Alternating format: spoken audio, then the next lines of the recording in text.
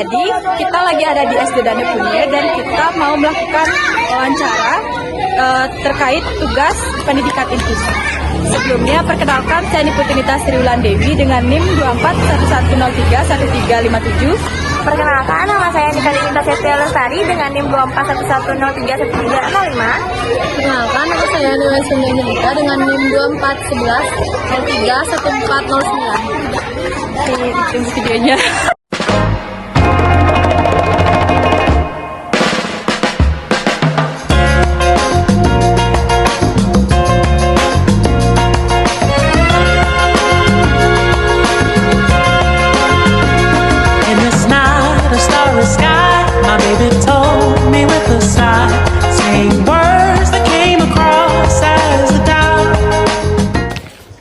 Sebelumnya mau tanya, ini guru pendamping khusus ada guru pendamping kan, ada guru khusus juga. Kalau ibu boleh tahu, ibu dari guru pendamping atau guru khusus? Saya guru walinya. Oh, wali. Ya. Kalau Kalau ibu ini guru khususnya. pendamping. Oh, guru khususnya ada? Ini kan penampil. Oh, ya. ini khususnya. Di sini kami dari Universitas Pendidikan Ganesha, program studi pendidikan guru sekolah dasar, dengan tugas mata kuliah inklusi ingin bertanya terkait hal ini kan. Di sekolah SD Dana Punia ini ada jenis PDBK apa yang ada di sekolah ini? Untuk jenisnya berbeda ya. Dari kelas 1. Untuk di kelas 1 itu ada 4 orang. Beda-beda nih jenisnya. Ada yang agak lambat dalam menulis, ngomong ataupun berjalan itu lambat. Kadang nggak mau juga mood-moodan dia. Kemudian yang kedua ada yang Down syndrome.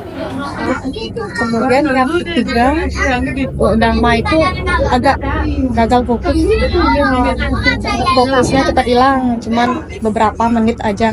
Kemudian yang terakhir Sisi indigo dia sebenarnya. Bisa melihat ini ya kayak. Ya.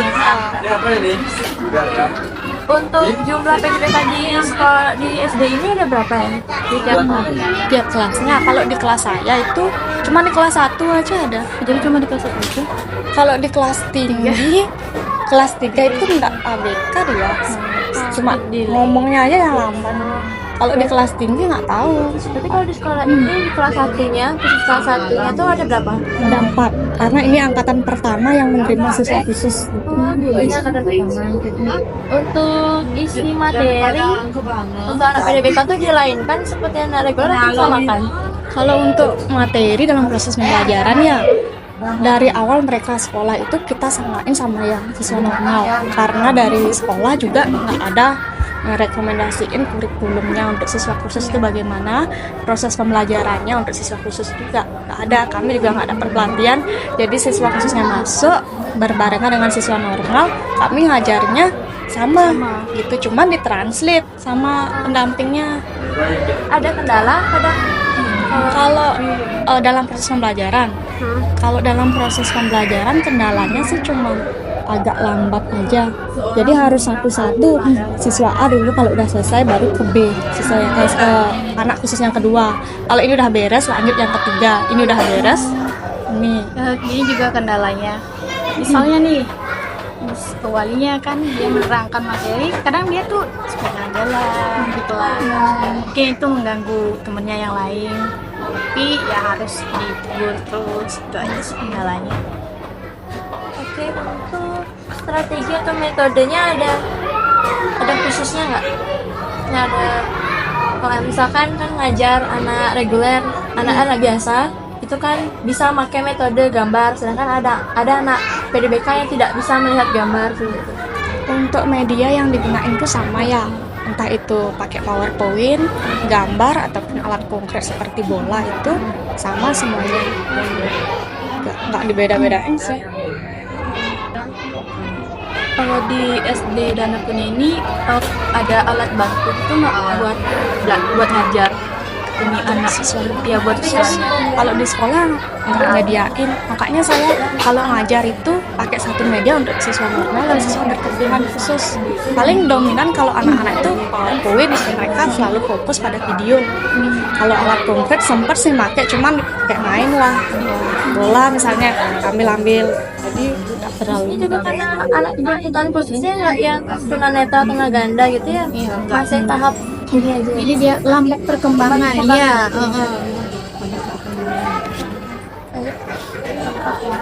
Kalau untuk tempat belajarnya itu disamain Kelas cuman satu deret bangku khusus semua, dicampur sama misalnya depan siswa khusus yang A sama anak normal, belakangnya siswa khusus anak normal, siswa khusus anak normal, biar Gampang juga memantau. dapat teman juga dia gitu. Jadi dicampur Dia dalam satu proses deret. untuk menuju ke normal gitu. kalau untuk waktu belajarnya atau mungkin anak yang berkebutuhan khusus atau bisa lebih lama gitu waktu belajarnya atau gimana? Mungkin di akhir tuh dikasih tambahan belajar. Pas pulang Ditanya dia udah paham nggak apa yang dipelajari tadi. Pas istirahat mungkin dikasih soal-soal sedikit.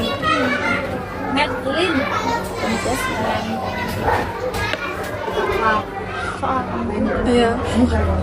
ya, tentang modifikasi soal atau ada asesmen untuk anak-anak berkebutuhan khusus itu untuk soal kalau misalnya ulangan harian soalnya sama, tapi kalau ulangan semester jeda semester itu lanjut ke semester 2 itu beda. Misalnya saya buat soal itu 30, nanti dipotong dia 15 dan setengahnya. Lebih mudah lagi gitu, kan lebih banyak gambar.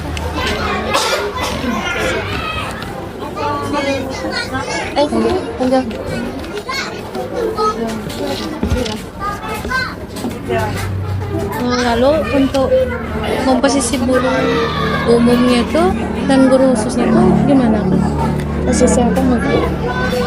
Komposisi guru umum dan guru khusus maksudnya mungkin apa ya, penempatannya ya sama gitu satu kelas jadi gabung atau Gabung ya, digabung. untuk kebijakan sekolah terkait PDBK itu ada bukan anak berkebutuhan khusus ini itu diluluskan tepat seperti itu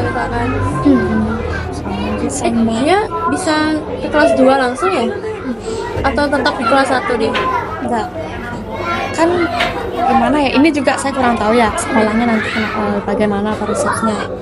Sama seperti siswa normal pendidikannya dia, cuman pada saat pembelajaran kan di tingkat pada jelas tuh jelasnya unitnya.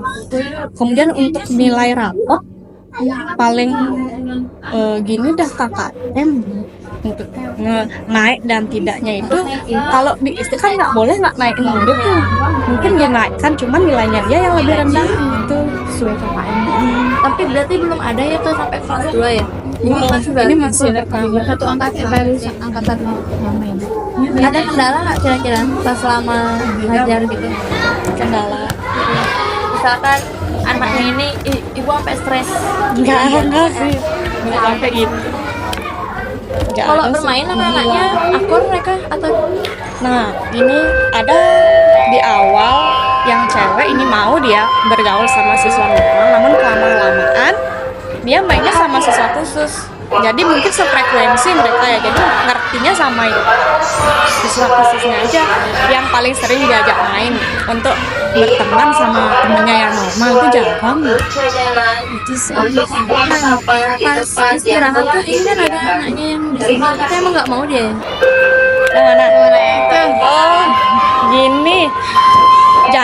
Sering jatuh, jalannya itu nggak mau benar. Kemudian untuk sementara taruh di sini dulu biar nggak jatuh lagi. Soalnya kan dia belum tahu mana yang baik, mana yang benar. Jadi dilakuin aja. Jadi untuk sementara taruh di sini dulu biar aman. Baik, terima kasih Ibu sudah mau diwawancarai. Maaf mengganggu waktu mengajarnya. Nggak ada. Jam istirahatnya.